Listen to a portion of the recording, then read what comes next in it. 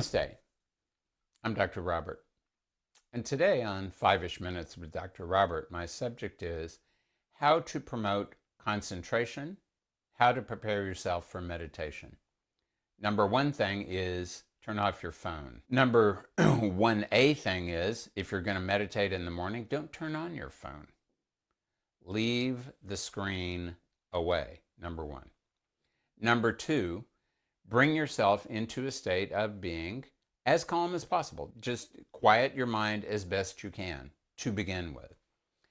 The number three thing is it is very useful to meditate in the morning before you have got your mind into all of the things you're going to get involved in. But whether you can or you can't, it is always best to meditate in the same location, preferably at the same time of every day. So if the morning doesn't work for you because you've got other things on your schedule, find some other time, night, midday, whenever it is. And if you can't do that, then sit whenever you can. Or walk. Walking meditation also counts. But if at all possible, do it at the same time, because then your body will start to remember that it needs to be more meditative at that time. That applies also to doing the same kind of thing each time. You can do other things also, but try to get into a habit of reciting a mantra or just doing Vipassana meditation or whatever it might be. Do the same kind of thing at the same time, at least for 6 weeks or 2 months. Generate a habit, generate a pattern that is going to make it easier for you to get into that meditative frame of mind. So the same time, if at all possible. General same space, if at all possible. It is very handy to use incense or essential oil or some kind of fragrance, natural fragrance, please, because the sense of smell relates to the earth element.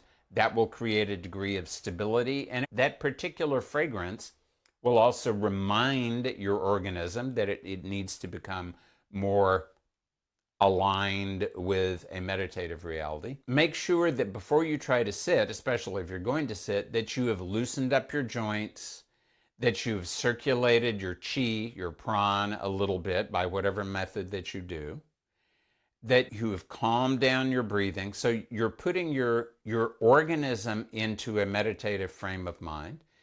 Try to find a meditative posture that is comfortable for you and continue returning to it on a regular basis, because that muscle memory will assist you to move in the right direction.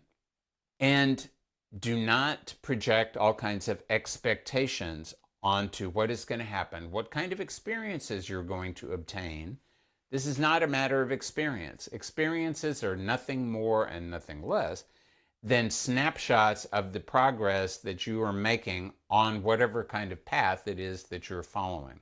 It's better not to ignore them, but it's definitely better not to grab hold of them and to try to possess them in some way, because they're indicative not of what you've achieved, they're indicative of the path that you were on and how well it is or poorly it is that you're following that path.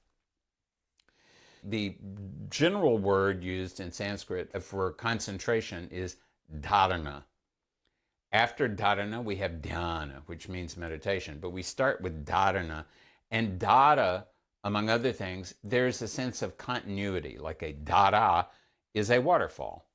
So there should be continuity of the movement of your breath, continuity of the movement of the prana, the life force in your system, continuity of the calmness of mind. The greater the continuity, the greater the concentration. This is Dr. Robert wishing everybody happy concentrating.